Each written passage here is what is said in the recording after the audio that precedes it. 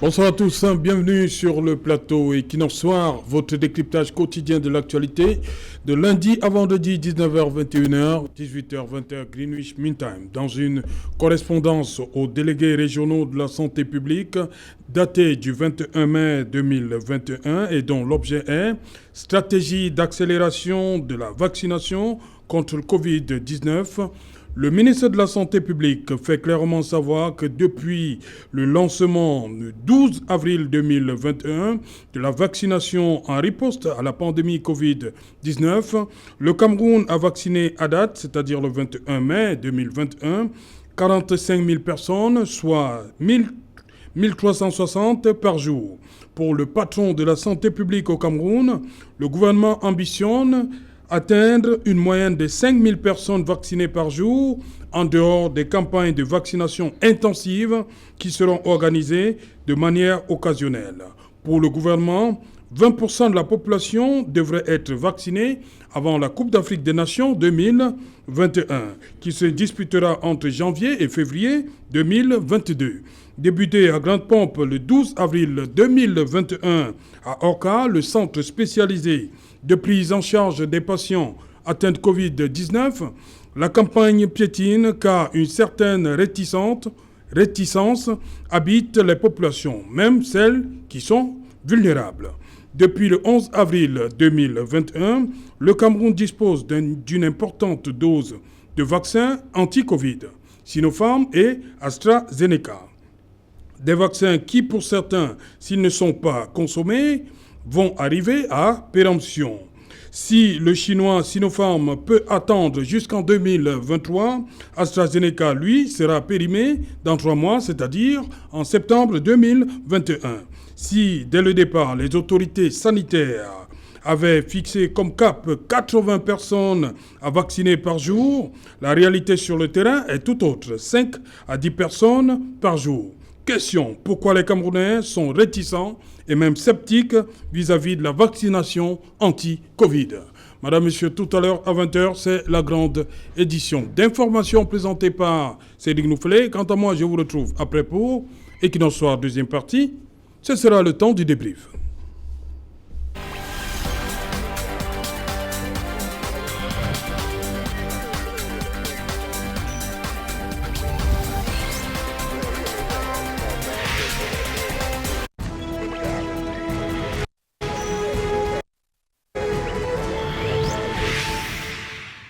Vaccination contre le Covid-19, où en est-on? Pour répondre à cette question, nous avons invité en plateau ce soir Fotsi Zodjou. Bonsoir Fotsi. Bonsoir Serge Alain, bonsoir à mes co-panélistes, à Dr. Edouard, que je retrouve sur le plateau, à Charles Elisan, qui a disparu, du moins lors de mes invitations, depuis un bonsoir spécial à tous les prisonniers politiques qui sont dans les différentes prisons du pays et que nous espérons qu'ils seront libérés parce que la libération est jusqu'à présent appelée par le mouvement pour la renaissance du Cameroun. Bonsoir à Olivier Bibounissak, au professeur Alain Fouguet, à Salomon Béas et à tous ceux qui sont injustement incarcérés juste pour avoir marché. Bon courage à eux. Les heures les plus proches de l'aurore sont les plus sombres de la nuit. Disait le président élu, le professeur Maurice Kamto. Bon courage les gars. Voilà, bonsoir Charles Elisan. Bonsoir Serge, bonsoir Bamborg, bonsoir Fossin Zonjou, bonsoir Docteur, bonsoir à tous les Camerounais qui nous suivent ce soir. À côté de vous justement, Bamborg Yevka, toujours avec ses attributs, autorité traditionnelle. Bien, bonsoir à tous les copanélistes et bonsoir à tous les Camerounais. Mais je suis très fâché ces jours-ci parce que vous savez, il y a un professeur qui a dit sur votre plateau qu'il y aurait un coup d'état scientifique qui est en préparation. Mais j'ai envie de croire parce que quand un professeur dit quelque chose, il ne faut pas prendre ça à la légère. Alors, pourquoi je le dis? Parce qu'il y a 3 semaines, jour pour jour, j'ai été interpellé à l'entrée de Yaoundé par la douane camerounaise. Alors, pourquoi il m'interpelle? Parce que je suis dans un véhicule et ils font leur travail, ils me disent que c'est une mission de la présidente de la République qui doivent contrôler tous les véhicules dans ce pays. Alors je donne naturellement ma carte grise et ils m'informent que ma voiture n'a pas été dédouanée. Je leur dis que ça, c'est pas possible parce que c'est une voiture qui a été achetée à la Kami Toyota. Ils me disent que la Kami Toyota, c'est pas parce que je dis Kami Toyota que c'est sûr que la Kami Toyota a dédouané cette voiture. Ils ont arrêté mon véhicule. Moi, j'ai saisi la Kami Toyota qui a ressorti les évidences que cette voiture a bel et bien été dédouanée. Alors, maintenant, pourquoi il dérange des Camerounais? Parce que si une voiture a été dédouanée et qu'elle n'a pas été prise dans le logiciel, parce que c'est qu'on m'a fait comprendre à la Kami Toyota, et que la douane a fait plusieurs migrations de logiciels et n'a pas su, ça je pèse des mots, n'a pas su faire la migration des données. Alors en ce moment-là, qui doit souffrir? C'est l'utilisateur final, c'est le bureau du transport ou bien c'est la douane. C'est pour cette raison que je dis qui prépare ce genre d'emmerdement aux Camerounais. Ça, c'est l'interrogation. Donc, je suis vraiment fâché ces jours-ci par rapport à cette situation-là. Et je ne suis pas le seul Camerounais. Heureusement que je suis peut-être un peu privilégié, que Kami Toyota a pris mon dossier en main et ils m'ont donné des références de dédouanement de ces véhicules. Est-ce que tous les Camerounais auront le même privilège? Ça, c'est une interrogation. Il se trouve où actuellement votre véhicule? Je l'ai récupéré quand j'ai eu toutes les références de la Kami et ils m'ont remis mon véhicule. Ils ont retenu votre véhicule ce jour-là? Oui, ils ont retenu mon véhicule parce qu'il fallait apporter des preuves que ce véhicule a été dédouané. Ils me disent qu'il y a des véhicules mal dédouanés, il y a des véhicules qui sont dédouanés PRC, c'est-à-dire par les agents de la présidence de la République, parce qu'eux, ils dédouanent pour rien. Et il y a des véhicules pas du tout dédouanés. À qui la faute? Les agents de la douane doivent faire le travail. Et quand vous finissez de dédouaner votre véhicule, vous allez au bureau de transport avec les évidences de dédouanement. On vous donne la carte grise. Mais qui ne fait pas son travail en ce moment-là? Il ne faut pas qu'on fasse souffrir les Camerounais. Okay. Vous avez quand même pu arriver au village, c'est à côté, à l'entrée de Yaoundé. Vous allez au village? Non, je partais du village pour me ravitailler en carburant avant de descendre ce doigt-là. Mais malheureusement, il fallait donc j'appelle mes enfants qu'ils viennent me récupérer. Imaginez-vous, un vieillard au bord de la route qu'on dérange comme ça. Un bonbon en plus. C'est peut-être pourquoi on vous a remis votre véhicule. Hein? Ah, peut-être, je dis que je suis privilégié, mais les autres Camerounais ne sont pas comme moi. C'est pour ça que j'interpelle, que si c'est le président qui a donné cet ordre-là, vraiment qu'on arrête et qu'on regarde ailleurs, parce que ce n'est pas là qu'il faut regarder. Oui. Ce n'est pas l'utilisateur final qui doit en souffrir. Oui. C'est pas ça. C'est pas là la solution. Comme pour les téléphones, il y a quelques mois. Les téléphones, bon, c'est aux oubliettes. Bonsoir, docteur Edouard. Bonsoir Serge, bonsoir à tous vos téléspectateurs, bonsoir à tous les copanélistes. Docteur, j'ai envie de vous poser une question. Vous êtes vacciné déjà, vous? Alors, je ne suis pas... On a parlé de personnel de santé, hein? Oui, bien sûr. Vous faisiez partie des... bien sûr. Oui. Non, j'ai personnellement une contre-indication à titre personnel qui me demande de décaler ma période de vaccination, mais ce sera fait. Voilà. Docteur Edouard, aujourd'hui, le débat est là. Pourquoi les Camerounais sont réticents vis-à-vis de... Vous avez vu les dernières campagnes là qui se passent, les personnes sur les réseaux sociaux? Quelle campagne? Les personnes vaccinées, là, tout ce qui se passe. Vous avez vu les images? Peut-être qu'il faut me rafraîchir la mémoire. Okay. Non, j'ai suivi une histoire de démon. Voilà. Ah non. Est-ce que tout ça ne participe pas? Oui, évidemment, qu'est-ce qui se passe? On met ça sous le coup de la désinformation, due aux fake news. On dit que les téléphones, et tout ça, le site de vaccination est magnétique, il est monté. Bon, si on est un peu, je pense que certains d'entre nous, on a fait la physique à l'école.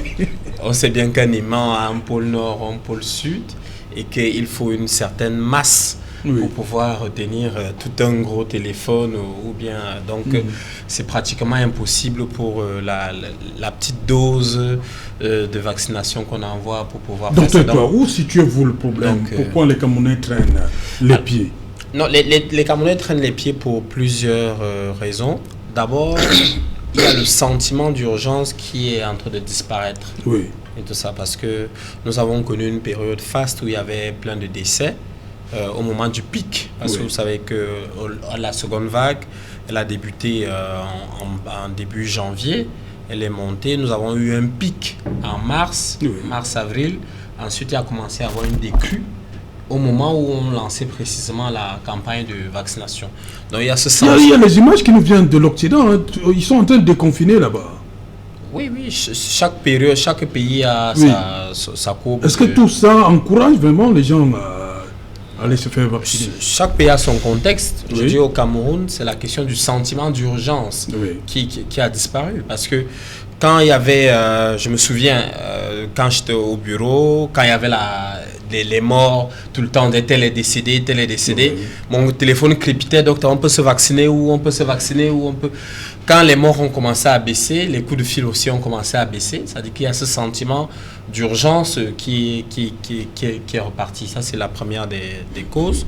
Ensuite, les autres causes qui étaient sous-jacentes, qui étaient déjà préexistantes à l'hésitation vaccinale n'ont pas disparu. C'est-à-dire que le fait que les gens pensent que c'est un vaccin peu sûr, le fait que les gens pensent qu'on veut les prendre pour des cobayes, le fait que les gens pensent qu'on veut stériliser les Africains, bref, il y a un certain nombre de théories du complot, donc elles n'ont pas complètement disparu parce que, évidemment, il y a peut-être eu une campagne de communication qui était insuffisante sur ces thématiques.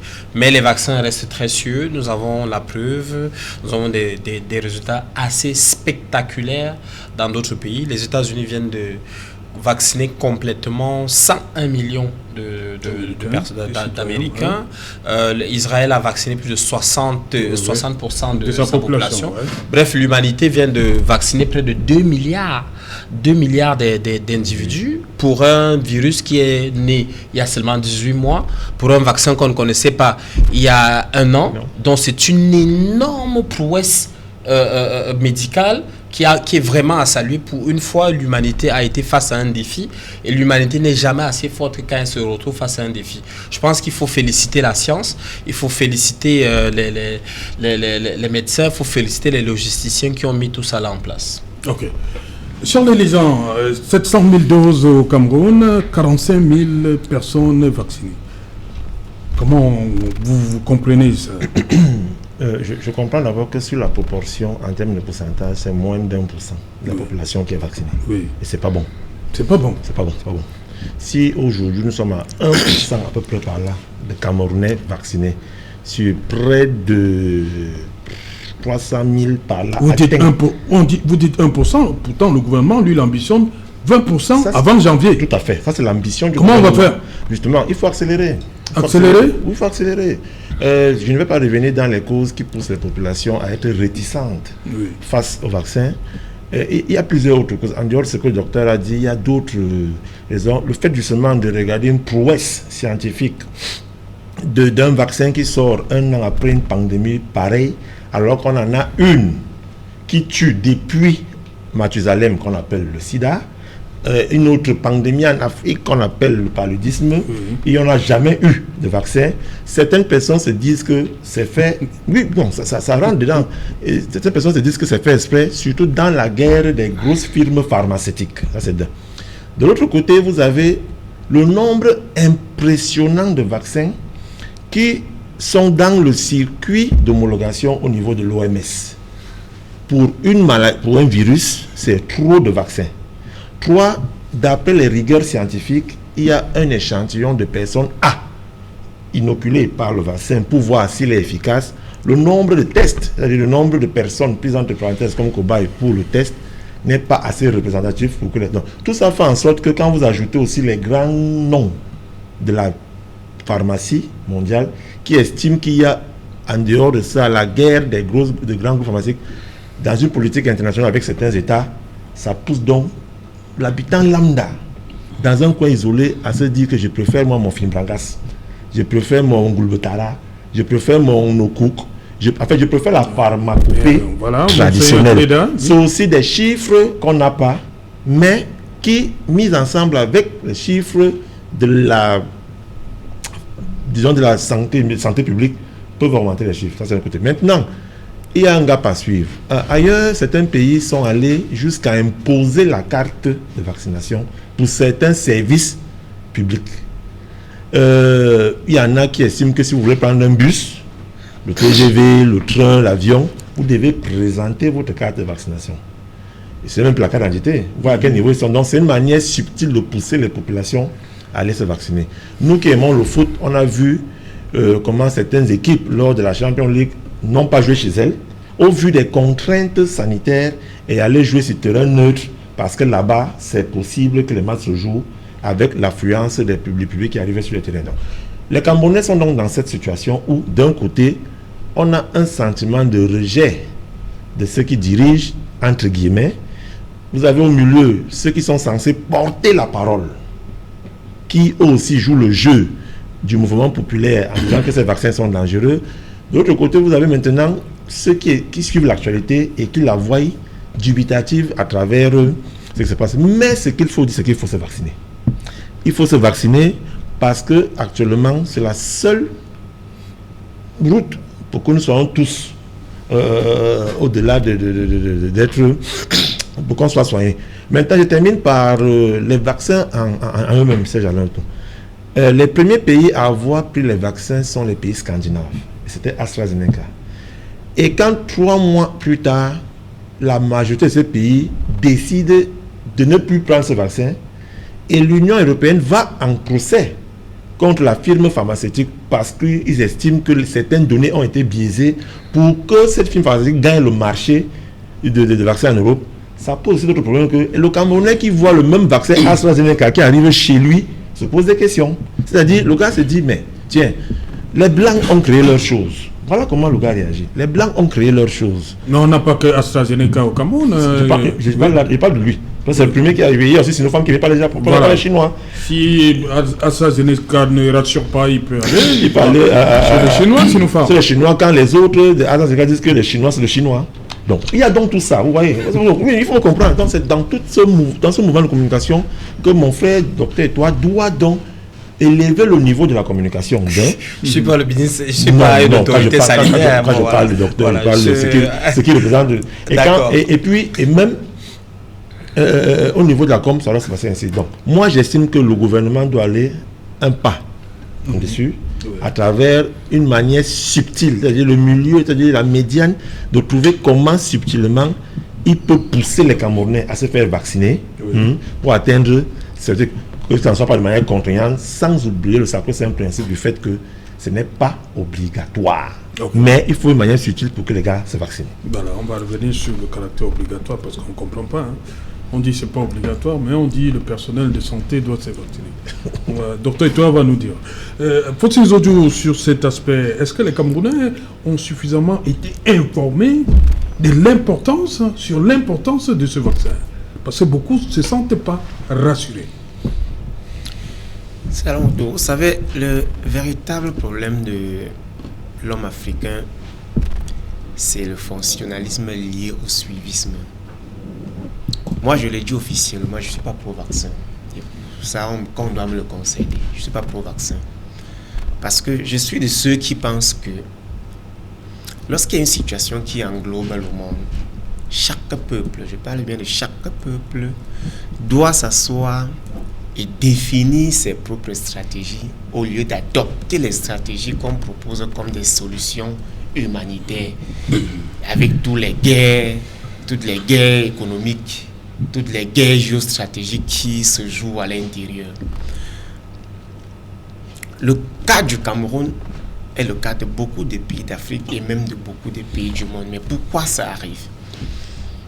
Ça arrive parce que moi, quand je regarde comment fonctionne la santé de manière globale en Afrique, je me rends compte qu'à chaque fois qu'on vient nous apporter des solutions, lorsqu'il y a des pandémies ou des maladies qui causent de graves ravages, on nous apporte toutes des solutions de manière cosmétique et accessoire. Je prends le cas du paludisme pour dire qu'on nous donne des moustiquaires imprégnés longue durée et le paludisme devient la première cause de mortalité dans notre pays, ce qui semble ne pas inquiéter peut-être d'autres nations du monde qui nous aiment assez et nous fondons des vaccins. Quand je prends le cas du VIH Et on a comme l'impression que le coronavirus a détruit l'existence du VIH. Le VIH semble ne plus exister dans la mesure où le débat autour est totalement inexistant aujourd'hui. Pourtant, hier, le VIH était devenu une véritable source de blanchiment d'argent et de distribution des fonds, tout comme le Covid-19. Alors, quand on revient au Covid, et on se pose la question de savoir pourquoi le peuple n'adhère pas. Mais est-ce que nos autorités ont besoin que la population se vaccine? Puisque là, je ne pense pas que ceux qui nous dirigent ont besoin de voir la population se vacciner. Parce qu'au-delà du fait qu'on dise que oui, les gens doivent se vacciner, qu'on encourage, il serait peut-être, il serait une mauvaise foi de dire aux gens de se vacciner sans toutefois être soi-même vacciné. Alors quand Docteur Toi n'est pas vacciné, Charles Lisan peut-être n'est pas vacciné, et qui disent tous les deux sur le plateau que la population doit normalement se vacciner. Non, il a dit qu'il n'est pas encore. Oui. Encore bon. Quand ils ne sont pas encore vaccinés, je dis que moi, si je ne suis pas encore vacciné, je ne pense pas avoir la légitimité pour demander aux gens de se vacciner. Même s'il n'est pas obligatoire, je dois dire le pourquoi moi je ne me vaccine pas. Et si je ne me vaccine pas, c'est parce que j'ai une raison. Alors si je décide de ne pas me vacciner, comment je dois pouvoir convaincre les gens que le vaccin est l'unique chemin pour sortir de la pandémie dans la mesure où je deviens l'entrave à ce chemin-là en refusant de me vacciner? Il y a ce discours biaisé là, et c'est ce discours biaisé là. Mais vous ne pouvez pas dire ça, puisque tout un gouvernement a été vacciné devant caméra. Oui. Du Premier ministre à tous les ministres. Vous ne pouvez pas, prendre des cas et tout ça. Vous ne pouvez pas. Lorsque vous allez finir de le dire. Non, mais vous ne pouvez pas. Vous avez eu de l'exemplarité. Je me trompe ou pas? Docteur, vous voulez que je vous dise que si vous voulez que je vous dise que dans la rumeur on se dit que ces vaccins étaient des simulations. Et vous êtes un responsable. Vous ne pouvez pas véhiculer des rumeurs.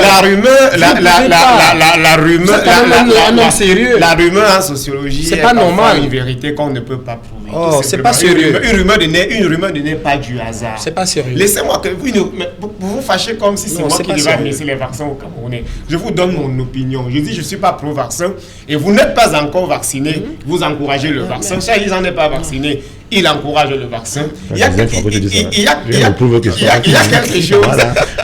chose qui ne marche pas.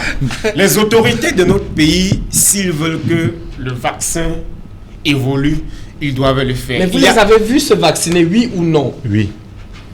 Hein? Vous ne pouvez pas venir faire... Ouais. Vous pouvez pas dire Docteur et toi, vous les avez vus? Moi, je pense que vous êtes médecin et votre rôle est de défendre la vérité. Vous biaisez la vérité. Et non de défendre les non, mais vous biaisez la vérité. Vous biaisez la réalité. Vous êtes médecin. C'est pas sérieux. Je ne sais pas si vous représentez le Serge Alain, vraiment, c'est pas sérieux ce qu'il fait. Merci. Non, mais ça, vous n'allez pas enlever. Lui, il sème des autres comme d'habitude. Non. Vous ne représentez pas le gouvernement. Vous n'êtes pas vacciné, vous encouragez. Je ne représente pas le gouvernement. Moi, je dis merci.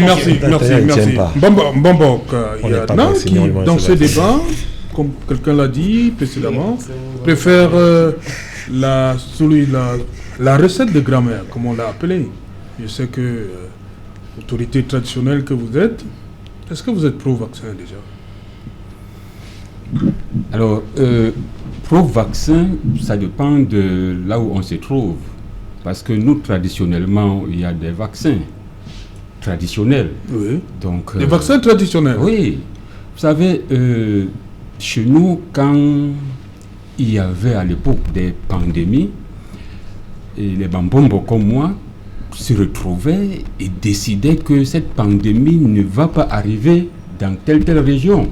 Et on faisait certains rituels, c'est ça le vaccin, si on doit appeler ça en français, pour arrêter... Se prémunir. Oui, c'est ça.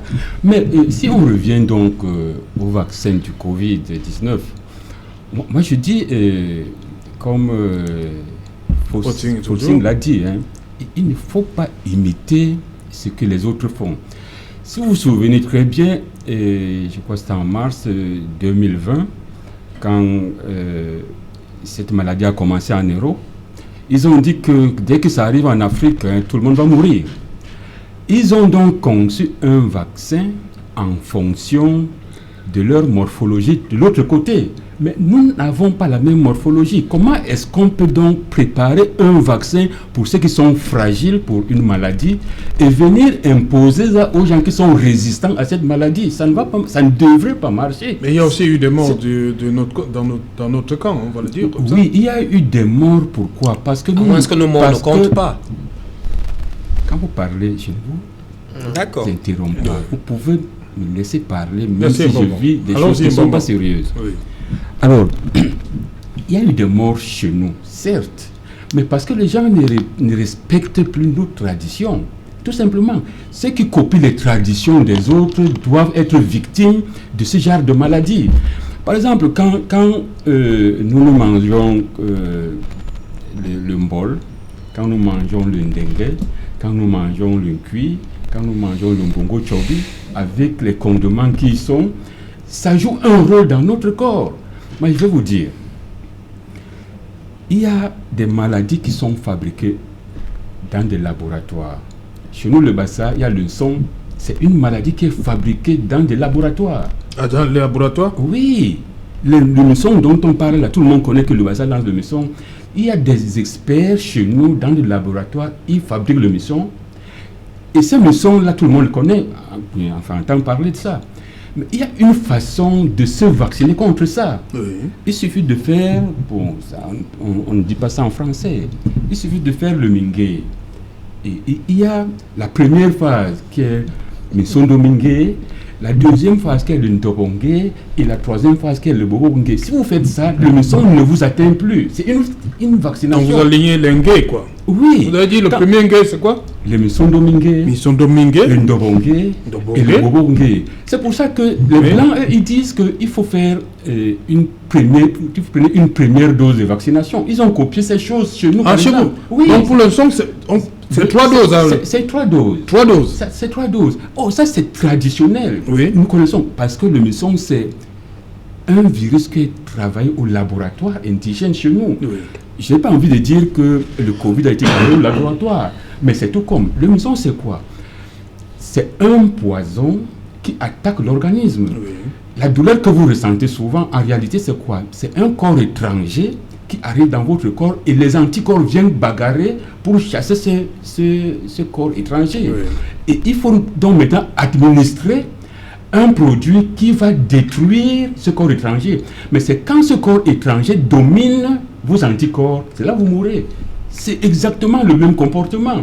Alors, ce que moi j'ai envie de dire, si nous connaissons cette science traditionnelle que nous avons, sinon on avait demandé le miracle, donnez-nous ça, on essaie de faire une analyse par rapport à celui qui a le Covid et celui qui a eu le Mingue. Quel est le comportement? Mais on pouvait donc analyser de ce côté-là, comprendre qu'il y a une vaccination traditionnelle qui va avec nous, qui peut permettre à tous les Camerounais de passer par là et d'être immunisés. Mais pourquoi ne pas réfléchir comme ça? Parce que le rapport de force voudrait que, comme c'est les Occidentaux qui nous donnent de l'argent, il faudrait qu'on s'aligne sur leur politique, parce que nous sommes des mendiants. Et pourtant, nous avons nos solutions traditionnelles qui marchent et qui peuvent marcher. Voilà. Faut-il toujours vous terminer dans votre propos? Merci, Saint-Jalin. J'espère cette fois-ci que docteur et toi sera plus discipliné. Vous mangez encore votre temps. Je disais que la population, alors, ne se retrouve pas dans la communication qu'il y a autour de la vaccination. À l'arrivée des vaccins, on a d'abord contesté le choix qui nous avait peut-être été imposé et le gouvernement a vu la contestation et a fait c'est un don. Bon, moi, nous sommes des mendiants, quand il n'y a pas de choix imposé. Le mendiant, quand il pense même avoir eu le choix, en réalité, il n'a pas de choix parce que sa condition de mendiant, la faim dans son ventre l'oblige à accepter n'importe quoi. Donc, on a pris un second vaccin. Et on nous laisse le choix de prendre entre AstraZeneca et le vaccin chinois, qui en lui-même est contesté en Occident, tandis qu'AstraZeneca aussi est contesté ailleurs. Alors la population se pose la question, est-ce que nous avons besoin de ces vaccins pour sortir du coronavirus? Ça, c'est la première question. La deuxième question est celle de savoir si tout le gouvernement a été vacciné. Nous avons vu à la télévision. est-ce que l'opinion publique croit à la sincérité de ce vaccin? Je ne doute pas que le gouvernement a été vacciné, mais est-ce que l'opinion publique croit à la sincérité de ces vaccins? La réponse est non, parce qu'il faut juste aller questionner dans la rue. Quand tu dis à quelqu'un, gars, tu penses quoi du vaccin? Le ministre s'est vacciné. Il dit on se connaît déjà. Il y a un problème de fond. Ce n'est pas seulement au niveau des vaccins. Même si cette pandémie est arrivée à vouloir déraciner tous les Camerounais, le fait que nous ayons plusieurs fois commis des fautes graves, et le fait que nous avons plusieurs fois trompé les Camerounais amène la population à surfer et à croire plutôt à la rumeur qu'à la démarche gouvernementale. Mais je suis de ceux qui pensent que le vaccin n'était pas la solution à prendre, parce qu'au début du coronavirus, il y a eu plusieurs propositions de thérapie qui avaient été proposées, parmi lesquelles la solution traditionnelle proposée par Monseigneur Cléda, que je suis venu avec 2 doses que j'ai laissé dans mon véhicule, parce que j'ai pris pour remettre à un de mes papas qui était atteint du Covid. Et aujourd'hui où je parle, il est guéri pour avoir consommé seulement une seule dose. Je le dis en public parce que j'ai ces doses. Moi, j'ai aussi vu le produit. C'est bien fait, c'est bien emballé. Ça peut même s'exporter. Mais comme nous sommes des mendiants, nous mendions la paix, nous mendions les financements du FMI. Mais là, votre parent, il est déjà malade. Ça, c'est curatif. Oui, maintenant, nous sommes dans la prévention. Si Monseigneur Cléda a trouvé des médicaments qui semblent être très difficiles aussi à trouver ailleurs, je pense que nous sommes aussi capables de trouver des solutions de prévention, des solutions préventives. C'est possible. Il faudrait juste qu'on donne la possibilité à ceux qui ont envie de faire des recherches, qu'on sorte dans ce fonctionnalisme-là qui nous fait croire qu'il y a une universalité des sciences et que notre position scientifique ne nous permet pas encore à atteindre une certaine capacité d'analyse et de création. Pour moi, c'est ça la solution. Okay. Et notre gouvernement, jusqu'à présent, continue tout simplement de copier tout ce qui est proposé, parce que ces propositions vont avec les fonds qui marchent avec. Voilà. Permettez, Charles, d'abord, docteur Etoile, l'objectif du gouvernement est clair. 20% de la population doit être vaccinée avant janvier 2021. Comment ça va se passer? Non. Vous savez, je suis l'un des rares médecins qui accepte vos invitations. Oui, justement. Merci beaucoup. Et je pense que c'est voilà l'un des problèmes. C'est-à-dire que quand on parle de la communication, évidemment, tout le monde a sa part de responsabilité. Probablement, le gouvernement communique mal. Probablement, les professionnels de la santé ne montent pas à ce chrono. Mais les médias aussi ont leur part de responsabilité. Parce que si vous invitez tout le temps des gens à longueur de journée qui sont anti-vaccins, qui détruisent, qui disent que la science c'est rien, et tout ça allant au village et tout. Comment Equinox est une chaîne, je pense, la chaîne la plus suivie. Vous avez aussi une responsabilité sociale. Non, le débat est contradictoire sur Equinox. Oui, je ne refuse pas. Voilà, c'est pour dire que... Il y a des anti. Non, ça dit que il y a le débat et il y a l'éducation. Oui. Il y a l'éducation pour la santé. Ça dit que quand vous avez une communication, ça dépend de l'objectif. Si c'est un objectif, aujourd'hui, je suis médecin, seul médecin sur le plateau contre 3 personnes, on va peut-être sortir avec un pugilat et tout. Peut-être que le public, à la fin, ne sera même pas situé sur ce qu'il faudra faire. Donc, la responsabilité, je suis venu en tant qu'expert de santé, je ne suis pas une autorité sanitaire, donc je ne porte pas la responsabilité de que les gens se vaccinent ou qu'ils ne se vaccinent pas, mais je dis, tout le monde doit mettre sa main à la pâte. Pourquoi ? Parce que aujourd'hui, l'épidémie semble être en train de chuter, mais il y a un fort risque de rebond, probablement autour d'octobre, novembre. Il y a un fort risque de rebond avec une CAN qui va se jouer, je pense, en janvier. En janvier. Et donc, on vient de vivre le Chan où on était limité à 25% de capacité. Nous attendons la CAN où nous voulons faire le plein d'œufs des stades. Nous sommes obligés d'accélérer la vaccination. Pas parce que, c'est-à-dire que c'est au moins pour prévenir un risque de rebond. C'est ça en fait la question. Parce qu'il faut bien voir, vous aviez eu une première vague en mars de l'année passée qui s'est achevée. en septembre et tout, on s'est endormi sur nos lauriers et on a eu un rebond. Rien n'est exclu qu'on n'aura pas le même rebond d'ici 3 ou 4 mois. Donc il faut faire très attention, il faut dire la vérité aux populations. On a perdu, je crois, selon les chiffres officiels, environ 1200 personnes. Oui, c'est 1300... 1000... Je vais me retrouver. Voilà, presque 1000, frôlons même les 1500 personnes. C'est beaucoup, parce que ce sont des pères, des mères, des maris, des frères des gens. C'est énorme. Je n'ai pas envie d'entrer dans la classe sociale pour dire qu'on a perdu des capitaines d'industrie, des ministres, des employeurs, des ingénieurs, des médecins. Bref, on a perdu une certaine élite et tout ça. Donc, il faut faire très, très, très attention sur un discours déresponsabilisant et démotivant de la population. 1270 personnes. Voilà, c'est énorme. Et je reviens encore toujours sur l'éternel débat. Vraiment, on ne nous laisse pas expérimenter nos solutions endogènes. On veut bien mettre, tout le temps ça revient. Mais j'ai bien envie de dire que dans le principe du parcours de soins, le soin est libre.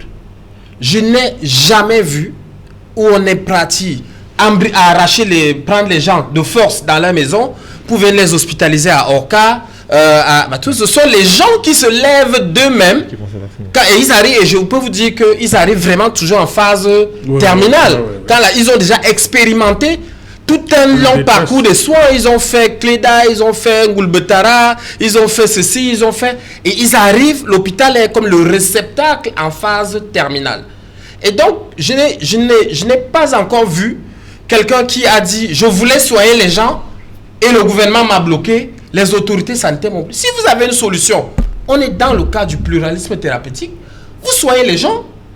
Si vous voulez, vous faites une étude, vous dites « J'ai reçu tel nombre de personnes, je les ai soignés, et voilà ceci, voilà le nombre de décès que j'ai évité, voilà.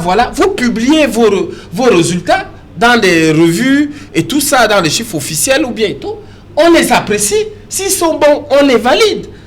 Je ne sais pas. Il n'y a pas. À la fin, non? Il a déclaré que... Non, vous avez un document officiel? Non, on l'a entendu. Vous n'avez pas. Vous n'avez pas. Vous êtes pour la science ou vous êtes pour la répétition de la science? Non, ce n'est pas une question de répétition de la science. Ce que vous faites là, vous faites la promotion. Voilà, docteur, toi, permettez à Charles-Élie. Vous quittez la science pour répéter la science et vous dites scientifique.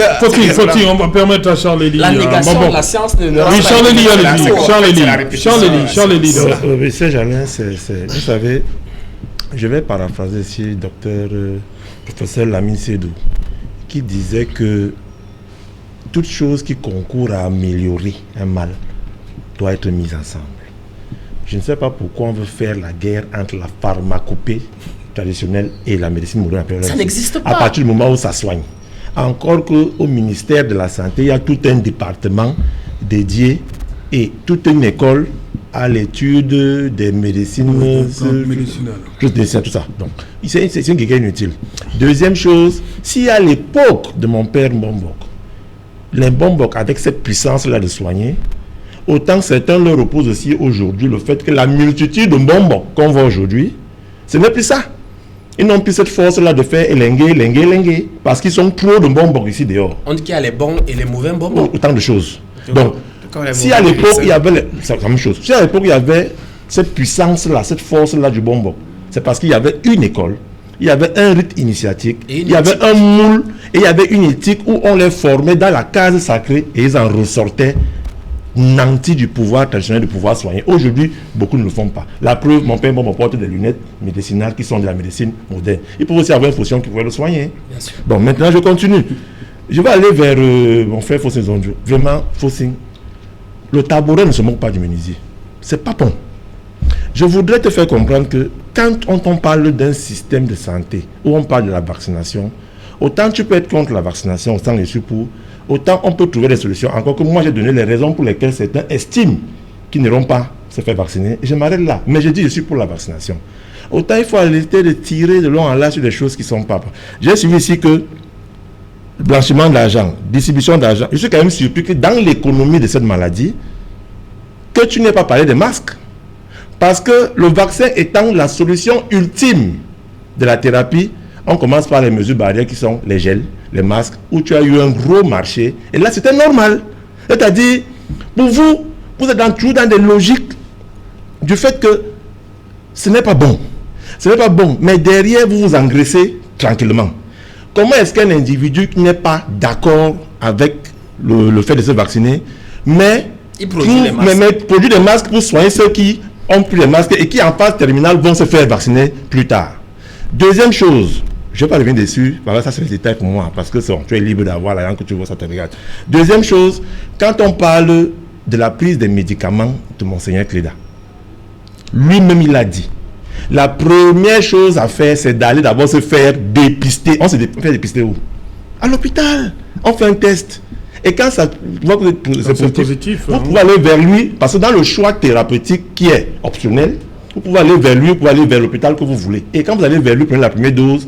Et ce qui fait ensuite qu'on sache que vous avez guéri, pas parce que vous commencez à courir ou à sauter. Vous repartez à l'hôpital, refaire un autre test qui prouve que vous avez guéri. Donc il y a donc une cohésion, une complémentarité entre la médecine traditionnelle. Ne les opposons pas. Ne les opposons pas. C'est ce discours qui n'est pas bon. Ne les opposons pas, avançons et soyons nous-mêmes les exemples de ce que nous voulons montrer. Je suis pour la vaccination, et je dis, je tire sur ceux qui sont chargés de la politique sanitaire dans le sens de la communication qui n'est pas assez poussée. Il est inadmissible qu'on ait le même médecin. Merci. Dans les radios, télé, partout, docteur et toi, il faut que l'autre vienne aussi parler. Permettez, on va revenir, hein, c'est intéressant, on va revenir après le journal. Merci. Une page de pub d'abord.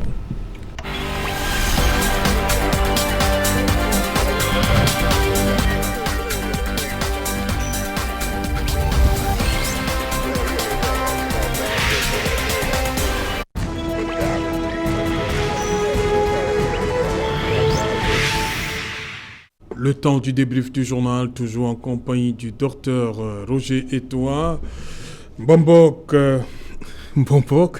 Yebga, voilà. Il a dit qu'on ne met pas le prénom quand on parle de Bombok, c'est ça? On met juste Bombok Yebga. Ok. Yebga Dieudonné, c'est dans une autre vie. C'est bien cela. Voilà.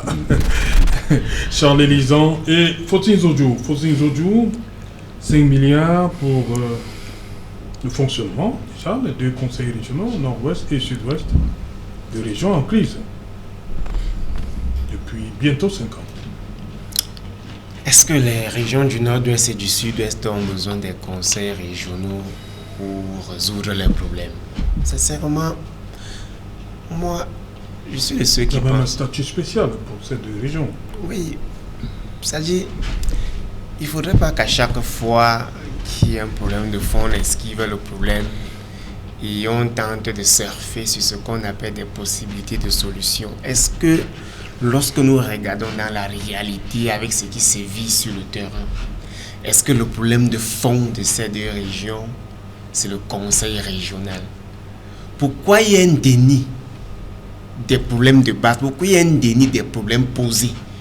Pourquoi il nous semble qu'on veut se comporter comme les colons se comportaient chez nous?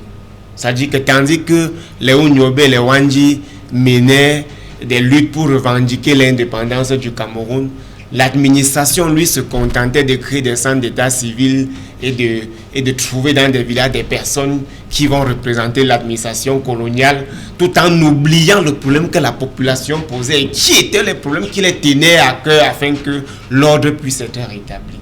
Moi, il y a si je commente sur les 5 milliards, 5 milliards, je ne veux pas faire de commentaires dessus parce que nous savons que tout ce qui est comme déblocage de fonds dans notre pays actuellement est sujet à détournement. Donc je préfère esquiver les 5 milliards. Vous voyez déjà le détournement? Oui, mais puisque c'est comme ça partout, je préfère esquiver les 5 milliards. Comme ça partout? Oui, mais ça dit que tout ce qui est comme argent est sujet à détournement.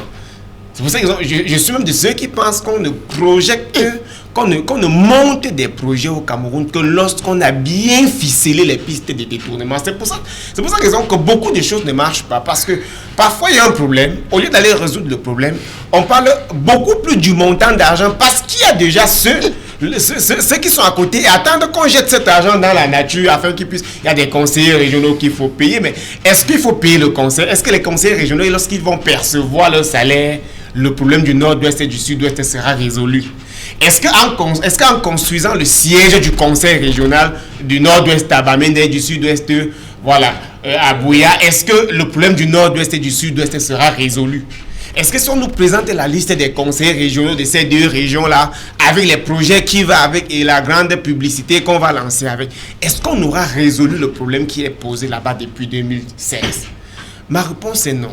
Je pense que ceux qui nous dirigent, pour le moment, devraient à un moment donné regarder la quantité de douleur que le peuple a déjà subi derrière cette guerre et de comprendre que l'administration, le fonctionnement de l'administration et la création des institutions n'est pas le problème posé.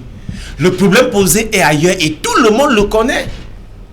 Même ceux qui soutiennent l'actuel régime connaissent que le problème est ailleurs. Est-ce que le problème c'est le conseil régional?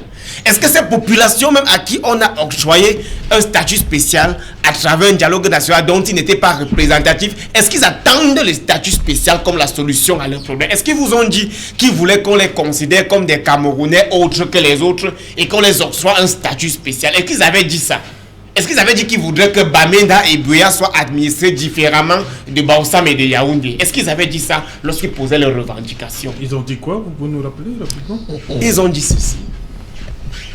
Nous voulons que désormais, dans notre pays, chaque région soit capable de gérer ses fonds.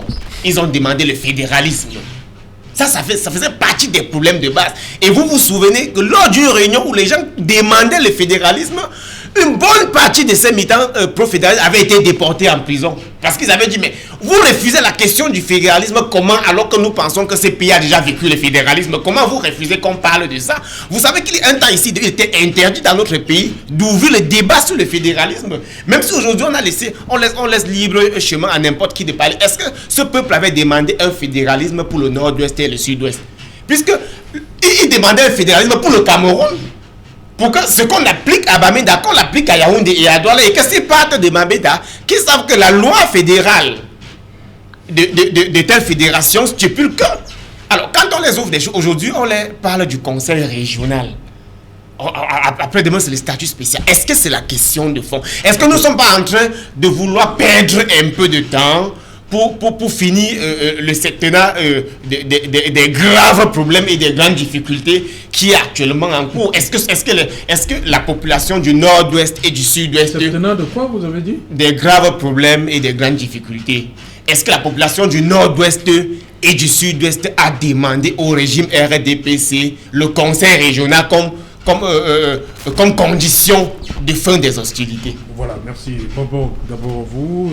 Hier, c'était Douala, 3 milliards pour toujours le fonctionnement, 2 milliards nord-ouest, 2 milliards et demi, je suppose, pour le nord-ouest, 2 milliards et demi pour le sud-ouest, des milliards pour le fonctionnement. Alors, pour un départ. Oui. Parce que beaucoup sont pleins, il n'y a pas de structure, il n'y a pas... Il faut l'institution qui va accueillir les conseillers régionaux, ça n'existe pas. Bon, est-ce que cet argent-là que l'État central met à la disposition des conseils régionaux, pour vous, c'est suffisant? Oui, j'ai tout simplement peur, parce que quand on dit souvent que l'exemple vient de haut, j'ai peur que tel qu'on a vu gérer la préparation de la CAN, et on va parler de 1000 milliards pour les infrastructures. 3000 milliards. On a vu comment ça a été géré et rien n'a fait. On a vu comment les 180 milliards, heureusement que là il y avait un œil qui venait de l'extérieur. Bon, j'ai envie de dire que chacun attend chez lui que la manne vienne tomber du ciel. En ce moment-là, si ce n'est pas l'argent contrôlé par le Fonds monétaire ou bien la Banque mondiale, chacun pourra regarder. Tout ce qui est intéressant, c'est de monter un bon projet, d'interpeller des consultants, parce que c'est la toute première fois que nous ayons le conseil régional. Il nous faut des experts pour nous accompagner. Et ces experts-là ne viennent pas là pour leurs beaux yeux. Ils seront sûrement rémunérés. Donc, tout cela, ça rentre dans le fonctionnement. C'est normal que les projets soient bien montés Et quand on monte ce genre de projet, tel que nous connaissons le Cameroun, je ne vois pas un seul gestionnaire, si on met l'œil, qui pourra ne pas aller en prison. Je dis un seul. Tous les gestionnaires, si on mène l'audit, je suis convaincu que tous les gestionnaires sont des prisonniers. Donc vous êtes aussi pessimiste sur... C'est pas être pessimiste, parce que moi j'ai travaillé dans une entreprise où j'étais audité 4 fois par an, parce que je gérais quelque chose de sensible. Ce n'est pas parce que vous saviez que vous devez être audité 4 fois par an que... Je gérais un système. Oui. Je ne dirais pas de l'argent, mais je gérais un système. Et tout passe par le système. Et justement, pour avoir la finalité, il faut bien contrôler le système. Oui. Donc, il faut être sûr que le système est bien géré pour que les audits qui seront les éléments qu'on va trouver en comptabilité soient fiables. Donc, moi, j'étais audité au moins 4 fois par an. C'était dans du privé. C'était pas... Donc, je dis, parce que je sais... Je comprends et je connais ce que les gestionnaires font. En ce moment-là, j'ai envie de dire qu'il n'y a pas un seul gestionnaire qui peut être propre. Pourtant, tous les documents sont valides, sont propres. Mais allez donc voir la suite. C'est compliqué. Donc, puisqu'on nous a dit à l'époque qu'il fallait les preuves sont là, et tout est là, tout est propre. Les preuves sont là. Oui, mais la preuve... On parle de présomption d'innocence, là. Oui, non, j'ai dit, on peut imaginer, vous ne pouvez pas passer un marché de 10 millions par hasard. Vous passez un marché, il y a des procédures qu'on suit, puisqu'il y a... On parle souvent de gré à gré. Pourquoi le gré à gré? C'est né parce qu'il y a une possibilité d'avoir des gré à gré. Et dans quelles conditions on a des gré à gré? On crée toutes ces conditions pour que tout arrive normalement. Donc si vous suivez exactement une procédure, vous verrez que de bout en bout, tout a été respecté. Parce qu'on a créé des canaux pour qu'on puisse contourner ci, qu'on puisse contourner ça. Tout est propre. Quand vous regardez une procédure, tout est propre. Donc, moi je pense que les conseillers régionaux, et c'est leur début, et ils vont voir comment. Mais si jamais il y a le regional gate, ça risque d'attraper quelqu'un. Donc, non, on va pas. Ça fait à peine 6 mois vous parlez de regional gate. Je dis qu'il faut respecter des procédures. Ils ont élaboré des projets qui sont fiables, qui ont été validés. Maintenant, quand on va rentrer dans des fournisseurs, des consultants qui viendront les assister, j'espère qu'il n'y aura pas de cousins, qu'il n'y aura pas de beaux-frères, qu'il n'y aura pas. C'est ce que je souhaite. Okay. Mais si c'est ça et qui arrive, on risque donc de tomber à autre chose. Okay. Charles Lisan, beaucoup de milliards depuis que ces sessions-là sont ouvertes. Il y a eu l'Ouest, il y a le littoral, que vous connaissez, 3 milliards pour la région du littoral, 5 milliards pour le NOZO, des milliards pour le fonctionnement seulement. Non, il faut... Pour un début, c'est acceptable parce qu'ils ont posé quand même des problèmes. Alors déjà, il n'y a pas de siège. Où est-ce qu'ils vont siéger? C'est le discours qu'on a entendu jusque-là, venant de la part des conseillers régionaux. Il faut d'abord recadrer certaines choses, chers amis. Je voudrais rappeler à ceux qui nous écoutent ce soir que, bien qu'étant un érudit et dépositaire des pouvoirs ancestraux, Bokoko est un homme politique. Il faut que ça se sache. Il est aussi un homme politique. Et là, dans son intervention, c'est l'homme politique qui réagissait. Comment vous le savez? C'est un homme politique. Bon, donc il faut qu'on le sache. Il est de quel parti? J'arrive. C'est un homme politique qui réagissait. Donc il ne faut pas qu'on soit déguisé et on dit des choses parce qu'on a la maison, on a l'impression que c'est un traditionnaliste qui parle. Non, c'est aussi un homme politique qui vient de parler d'opposition. Je voudrais lui faire comprendre que les 3 000 milliards sont audités. Et que si lui avait un audit 4 fois par an, ça faisait un audit tous les 3 mois. En 3 mois, on a tout le temps de voler. Or, oui, on a tout le temps de voler en 3 mois. Parce que c'est un audit tous les 3 mois. Alors, le Cameroun a adhéré à OHADA. Pour OHADA, actuellement, c'est tous les mois. À travers, la structure interne à l'entité que vous dirigez, qui peut avoir soit un service, soit un département, soit une direction du contrôle interne ou de l'audit. C'est une obligation. 2, à travers le ministère de tutelle qui gère le contrôle des entités publiques qu'on appelle le CONSUPÉ. Et plus loin, un organe indépendant qu'on appelle le commissaire au compte, qui est forcément un cabinet de constellation en expertise comptable ou fiscalité que tout le monde connaît. Donc, il y a 3 niveaux de contrôle dans les entités publiques aujourd'hui. C'est pourquoi, si tant est-il que tout gestionnaire est un potentiel voleur, d'après vous, parce qu'il gère de l'argent, alors c'est dans le sens que vous aussi, pendant que vous gérez, vous êtes aussi un potentiel voleur. C'est parce qu'on distinguait les contrôles que vous avez eu le temps peut-être de... Je ne l'ai pas dit, mais il faut qu'on avance. Et je voudrais aussi faire comprendre à ceux qui nous écoutent que M. Fossi-Zonju, on ne paye pas les conseillers régionaux. Il faut, comme te l'a dit, on sont des amis, on se tutoie, comme te l'a dit le docteur, il faut que quand on arrive dans une tribune aussi prestigieuse, aussi importante qu'Equinox soit, qu'on soit les porteurs de la bonne nouvelle. On ne paye pas les conseillers régionaux, on ne paye pas les conseillers municipaux, on ne paye pas, je ne sais pas moi, ils ont ce qu'on appelle les perdièmes de présence quand ils siègent. Autant, et je vous ai dit tout à l'heure, quand on parlait lors de la première entame, qu'il faut qu'on soit l'exemple de nos pensées. Arrêtez de faire comme si les autres sont toujours l'enfer, alors que nous-mêmes, on n'est pas des exemples. Quand on parle du septennat des grandes, vous avez dit quoi? Des grands problèmes ou quoi? Moi, j'ai l'impression que Paul Biya a été divin de dire que le septennat des grandes opportunités, parce que vous êtes même un opportuniste en chef, vous, Fossi-Zonju, un très grand opportuniste. Donc, il faut à un moment donné qu'on arrête certaines choses. Il faut, dans certaines questions nationales, qu'il n'y ait pas de clivage politique, qu'il n'y ait pas d'obédience religieuse, qu'on soit au-dessus de ces choses et qu'on avance. Et je peux être d'accord avec vous qu'à un certain niveau, ce qui concerne le budget des régions, et là ça devient important, qu'on en soit à nous expliquer comment est-ce que ce budget est reparti. Par exemple, autant dans les CDT qui sont les mairies d'arrondissement et les mairies de ville, le budget c'est 60% fonctionnement, 40% investissement. C'est le contraire de l'autre côté au niveau des régions où c'est 40% fonctionnement et 60% investissement. Et dans les 40%, vous avez les salaires supportés des agents qui vont travailler dans le conseil régional qui ne doit pas dépasser 40% de la masse salariale. Donc, c'est chose qu'il faut expliquer. Maintenant, le conseil régional vit de quoi? Il faut qu'on sache de quoi vit un conseil régional à travers les moyens financiers qu'il a. La plus grosse part vient forcément pour une nouvelle entité qui s'est créée de la dotation spéciale de l'État. Si on prend les 15% du budget national qu'on doit répartir à tous les CDT, ce n'est pas beaucoup. C'est pourquoi l'État, aujourd'hui, a plus le temps, le gouvernement central, appelons-le ainsi, a plus le temps, depuis leurs élections en mars, qu'ils travaillent sur les budgets, encore qu'on n'est plus dans les budgets dépenses, on est maintenant dans les budgets programmes.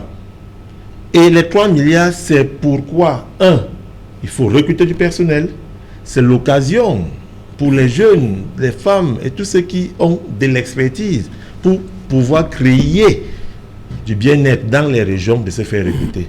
Tout ce étant par ailleurs égal que ceux qui vont procéder au recrutement seront clairs. Deuxième chose, c'est pour asseoir des programmes d'investissement, puisque le démarrage obligatoire, c'est dès l'exercice budgétaire fiscal du 1er janvier 2022. Ça veut dire que cet argent servira à quoi, par exemple? Moi, je ne serais pas d'accord qu'on donne 3 milliards à une région rien que pour recruter les gens et étudier les CV. Ce n'est pas normal dans un pays qui est en train de vouloir décoller. Mais que ces 3 milliards soient assis pour, étudier. Encore que au littoral, on a la chance d'avoir un édifice public qui leur a été offert. Pour le moment, ils vont construire l'édifice après. Donc, ils n'ont pas de problème de loyer et tout. Il faut aujourd'hui asseoir, appeler l'expertise. La sous-préfecture doit la première. Oui, pour le moment, c'est ce qu'ils utilisent. Donc, on vous dit c'est une économie. Il faut dire c'est une économie pour le conseil régional du littoral. Il faut appeler l'expertise locale, bon, disons régionale, il y en a.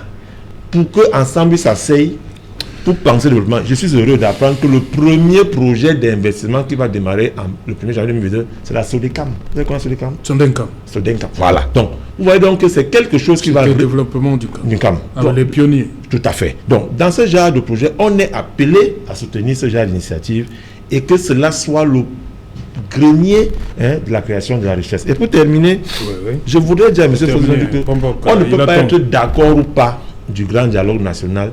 C'est une recommandation des populations du Nozo qui veulent justement cette gestion particulière de leur territoire à travers le statut spécial qu'on leur a accordé.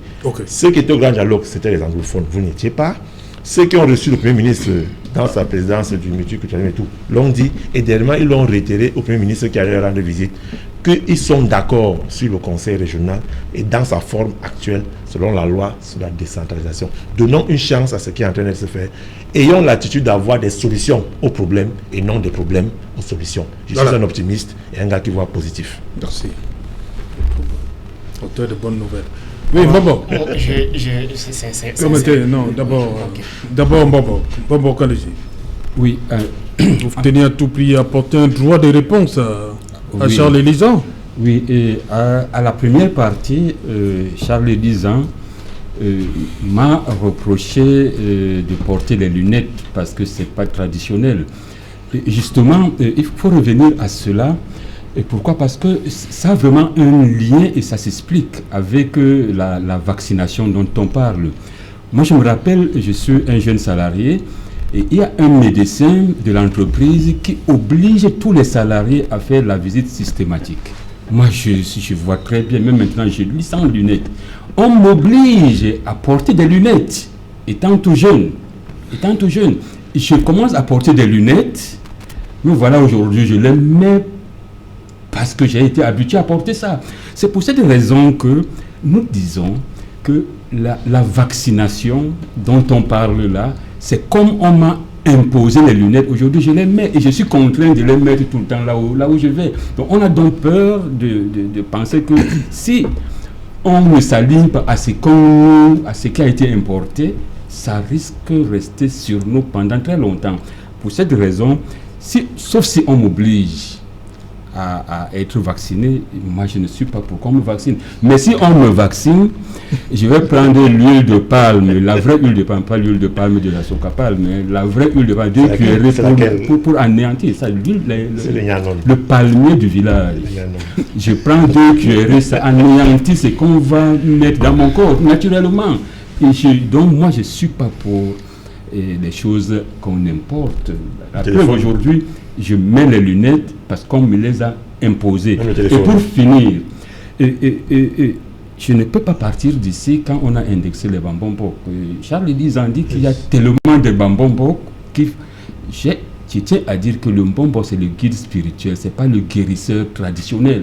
Ceux qui vous prennent de l'argent parce qu'ils disent qu'ils sont guérisseurs traditionnels, je vous rappelle que le guérisseur traditionnel c'est d'un des auxiliaires du mbok, mais ce n'est pas le mbombo. Le mbombo, c'est le guide spirituel. Donc, je tenais quand même à le dire pour que, comme mon jeune frère Élie pense qu'il y a tellement de mbombo qui ne font plus leur travail, mais c'est des auxiliaires du mbok qui font la guérison, et le mbombo, c'est le guide spirituel. Ok, voilà, docteur, intervient d'abord, docteur. Vaccination, le caractère n'est pas obligatoire, mais lorsque les vaccins sont arrivés, le personnel de santé faisait partie des cibles prioritaires pour le vaccin. Comment comprendre ce langage? On n'est pas obligé de se faire vacciner, mais quelque part on dit le médecin doit être vacciné, c'est lui qui porte la parole du vaccin. Comment ça va se passer? Oui, permettez-moi un peu encore de titiller notre seul mbombo qui est sur le plateau. Et je viens d'apprendre qu'un de mes confrères lui a fait du mal en lui imposant les lunettes. C'est-à-dire que je suis étonné. C'est-à-dire qu'un médecin ait voulu lui faire du mal en lui imposant des lunettes. Hein? Je suis... une prescription est devenue un mal qu'on fait à un patient. Donc je suis étonné. Et je suis encore étonné que je pense qu'il a... 0,25. Je suis encore étonné. Je pense qu'il a pris sa retraite. Et il n'était plus sous le coup de ce médecin. Il aurait pu retirer, donc il n'est plus astreint à l'obligation de ce médecin, il aurait pu retirer ses lunettes. Bon, c'est une manière de le taquiner. C'est pour dire quand même que de temps en temps, dites merci à la médecine, dites merci à la science, dites merci au personnel de santé. Un merci ne coûte rien. Donc, bon, je passe. Pour revenir à votre question, je pense que les personnels de santé ne vivent pas hors de l'environnement, hors de la société. Ils sont également... Est-ce qu'ils ont l'obligation de se faire vacciner? Non, ils n'ont pas l'obligation, ils sont juste inscrits dans la liste des cibles prioritaires. Ils n'ont pas l'obligation. Et ils peuvent également être soumis à toutes sortes d'influences. Vous savez bien qu'il y a un certain nombre de médecins eux-mêmes un certain nombre de personnels de santé eux-mêmes qui sont anti-vaccins, ouvertement anti-vaccins et tout ça que vous allez rencontrer. Donc, cette communication dont parlait Elie, dont parlait également Footing, doit cibler tout le monde. Il ne faut pas dire que non, les personnels de santé, ça va, ils connaissent déjà, on ne s'adresse pas à eux. Il faut d'abord commencer par eux. Il faut les encourager, il faut les rassurer, il faut les motiver et tout. Donc, je pense que on doit profiter de cette période où c'est encore où on retrouve le calme pour essayer de remettre une stratégie pour remobiliser les troupes. Maintenant, si vous me permettez, j'ai quand même suivi le tour sur la décentralisation. Je sais que moi je suis très heureux que pour les conseils régionaux puissent être mis en place et qu'ils vont bientôt fonctionner, parce que vous savez que dans le cadre de la décentralisation, les conseils régionaux ont un certain nombre d'attributions, notamment dans la création et le fonctionnement d'un certain nombre d'hôpitaux, les hôpitaux de district, les centres médicaux d'arrondissement. 73, il faut dire, 73 transferts de compétences de l'État central sont donnés aux collectivités, donc aux conseils régionaux. Voilà. Ça devient le poumon décisionnel et d'existence dans nos... Donc on n'ira pas à Yaoundé pour dire qu'il faut la route entre Ngambe et puis donc on fait tout ça. Effectivement, donc je pense que ça va beaucoup aider dans le remodelage de la carte sanitaire dans les régions, parce que tout le temps les populations faisaient le pied de grue au ministère de la Santé, on dit on veut un centre de santé ici, on veut là-bas et tout. Donc maintenant que ces compétences sont transférées, je pense que si j'ai lu le code de la décentralisation, ils ont des compétences en matière de création, même de recrutement. Donc il y a un certain nombre de personnels de santé qui sortent des écoles de formation, des infirmiers, des médecins. Donc aujourd'hui, c'est également une opportunité. Et j'ose... Dans l'université de montagne, par exemple, à Banganté, pour le conseil régional de l'Ouest, pourra les appuyer. Donc je ne connais pas très bien comment s'est passée la répartition. J'imagine que c'est une année de rodage, de mise en route. Justement. Moi, j'attends. On dit que on va voter notre budget en novembre 2020. Voilà, donc je suis plus dans l'attente de ce qui va se passer en 2022. Donc, soyez acteurs. On a besoin de votre expertise dans le domaine sanitaire. On va terminer avec Fotine. Si vous nous invitez, on viendra. Faites-vous inviter. Rapidement, on sort de l'émission. Notre frère Charles dit que personne n'a de leçons de patriotisme à donner à qui que ce soit. Le fait de toujours croire que les uns et les autres ne sont pas positifs et qu'ils ne proposent rien, ne font rien pour le Cameroun, vous amène justement à commettre beaucoup d'erreurs. Et vous ne vous rendez pas souvent compte, puisque peut-être vous êtes du côté de ceux qui pilotent. Je disais, vous avez dit qu'on ne paye pas les conseillers régionaux, tout comme les conseillers municipaux. Pourtant, ce que moi j'ai décrié, c'est le fait que les conseillers régionaux, comme les conseillers municipaux, comme même certains députés dans ce pays, soient aux alentours pour guetter justement ce budget-là, afin de gagner les marchés, les prestations. C'est ce que moi je décriais. Moi je décriais en disant que ce n'est pas parce qu'on ne les paye pas, c'est pas parce qu'ils n'ont pas de salaire à la fin du mois que vous devez croire que eux ils sont là pour rien, parce que ça a toujours fonctionné comme ça. Et il ne faut pas être à ce genre. Vous dites qu'on rien n'interdit à un député de gagner un marché. Rien ne lui interdit. On ne dit pas non, mais si un député doit contrôler l'action gouvernementale et se retrouve dans un marché totalement scandaleux comme le marché peut-être du FMI, le véritable marché du FMI, c'est quel marché? Comme l'agent du FMI. Quel agent?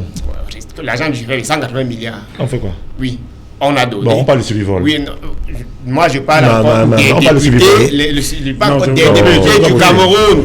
un des pays qui contrôle l'action gouvernementale et qui gagne de participer au développement du pays. C'est ce que je déclare. Si vous êtes au conseil régional et au conseil municipal, parce que vous pensez que rien ne vous interdit, sachez à un moment tout simplement. Tu étais candidat. Tout simplement que mais j'ai pas dit non. En février. J'ai pas dit non, j'étais candidat, je le suis mis en conseil, on organise une autre élection. Donc si à jamais mon parti participe, c'est ce que je dis.